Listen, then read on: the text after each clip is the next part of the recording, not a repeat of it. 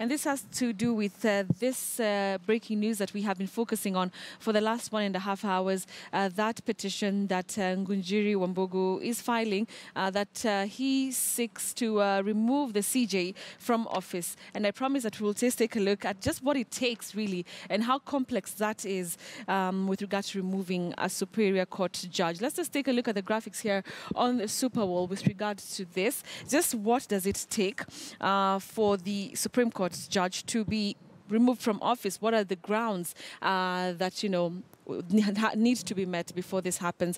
And yeah, so we'll start with the grounds there. And the first one there is inability to perform the functions of office arising from mental or physical incapacity.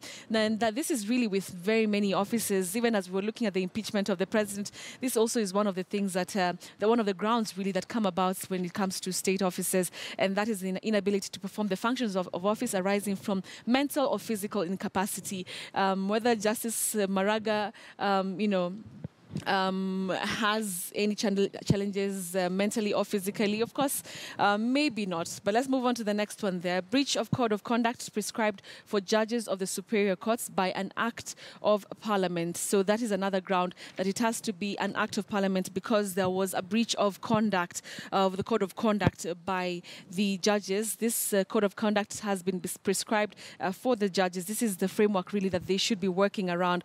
And therefore, if that happens, then, the judge can be removed from office. Moving on there, you have bankruptcy, which is also something that we've seen with many other state officials, that this is one of the grounds that they have to fulfill to be able to be removed from office, bankruptcy. And then you have incompetence there and gross misconduct or misbehavior. So we're yet to see just what grounds maybe Ngunjiri Wambugu is going to be looking at to remove the CJ from office, if indeed his petition is accepted and admissible by the JSC, and if he's able to really provide the evidence that he needs to do so.